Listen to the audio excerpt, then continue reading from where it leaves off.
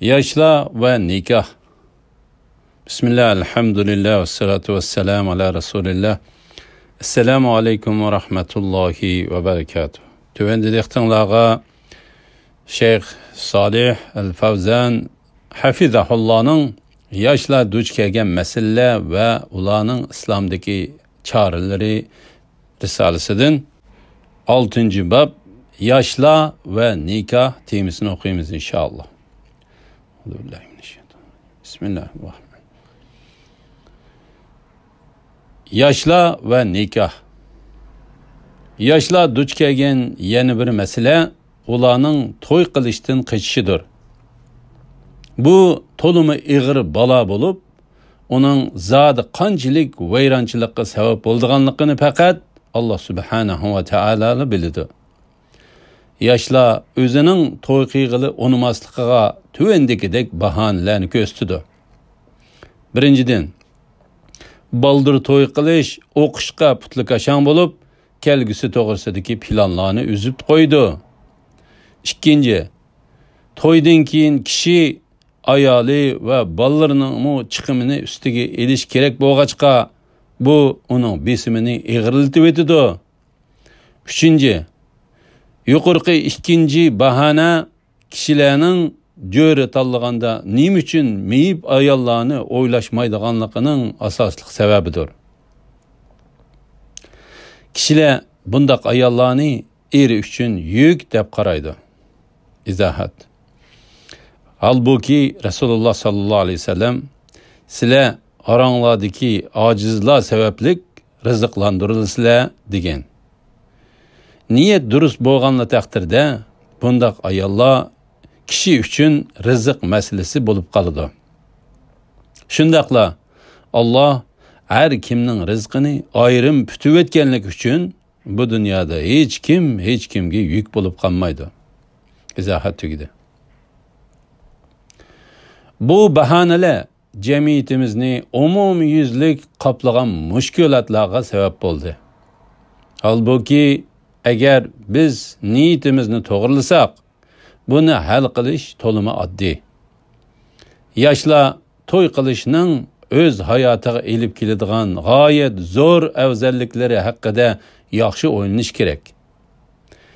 Shaksizki bu ularning nikah turmushi to'g'risidagi tashvishlarini yo'qotadi.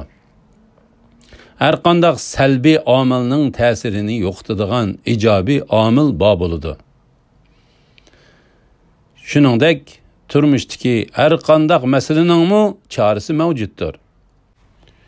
Nikah turmushidagi masalalarga ilmiy muomala qilgan taqdirda uni cho'qim hal qilib bo'ladi. Ata-onalar ve cho'nglar cho'qim yoshlarga nikah turmushining foydalarini tekrar eslatib turish kerak. Nikahning foydalaridan ba'zilari tuvandikcha. Birinci foydasi iffetni qo'g'daydi. Nikah turmushi kishini iffetli qiladi ve ko'zni haromdan yig'dirdi. Resulullah sallallahu aleyhi ve sellem bu vaqtda shundoq degan. Tercümesi: Ey yoshlar jamiyasi, aranglardan o'ylanishga qodir bo'ladiganlar o'ylansin. Chunki u, ya'ni o'ylanish, ko'zni tuvan qilg'ichidir. Avratni haromdan saqlaydi. O'ylanishga qodir bo'lolmaganlar ro'za tutsin. Chunki u shahvatnikisidir. Buxoriy 5065, Muslim 1400. hadis.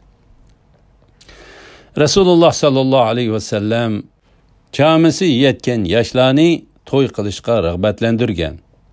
Chunki vaqtning o'tishiga ergishib, nikah kishini katta savobga nail qiladi. Shu vajidan yoshlar chamisi yetgan taqdirda imkon qadar baldir to'y qilishga rag'batlantirilgan.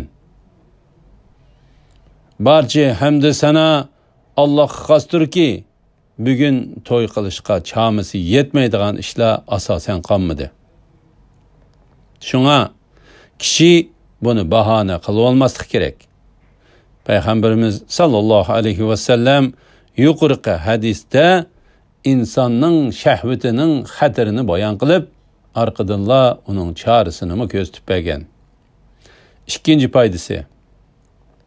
Nikoh kishini gunohdan saqlaydi. Baldır to'y qilish kishini gunohdan saqlaydi.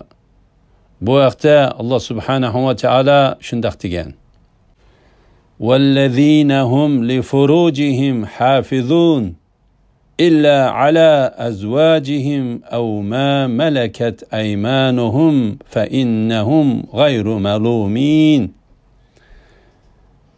Tercümesi: Ular avratlarini haromdan saqlag'uchilardir. Faqat xotinlari va cho'rilari buningdan mustasno.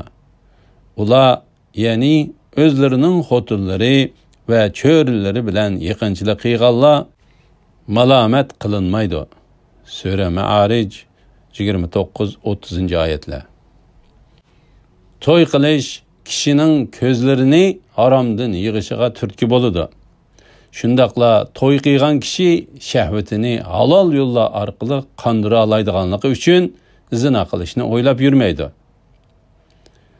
Uchinchi foydasi. Nikoh turmushi qalbni taskin topqizadi. Nikoh turmushi qalbni taskin topqizadi. Alloh subhanahu va taolo shunday degan. Tercümesi: Ayollar bilan birga yashab xo'shallik tepishinglar uchun Allohning ularni sizlarning o'z tipinglardan yaratganligi, aranglarda, ya'ni er-xotin orasida mehr muhabbat o'rnatganligi Allohning kamoliy qudratini ko'rsatadigan alomatlardandir.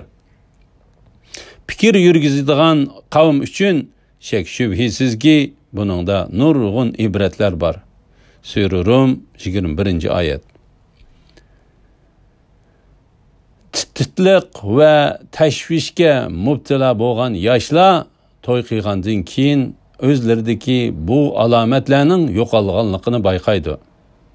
U to'y qilgandan keyin ustiga yaxshilikqa noil bo'ladi va natijada qalbi taskin tepib huzurga uchimidi. Alhamdulillah, yuqorida Sheyx Salih Al-Fawzan hafizahullohning yoshlar duch kelgan masala va uning islomdagi choralari risolasidan 6-bob yoshlar va nikoh temasini angladinglar.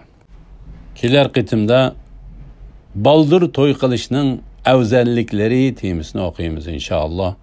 Va sallallohu ala Muhammad va ala alihi va sahbihi va sallam. Assalomu alaykum va rahmatullohi va barakatuh.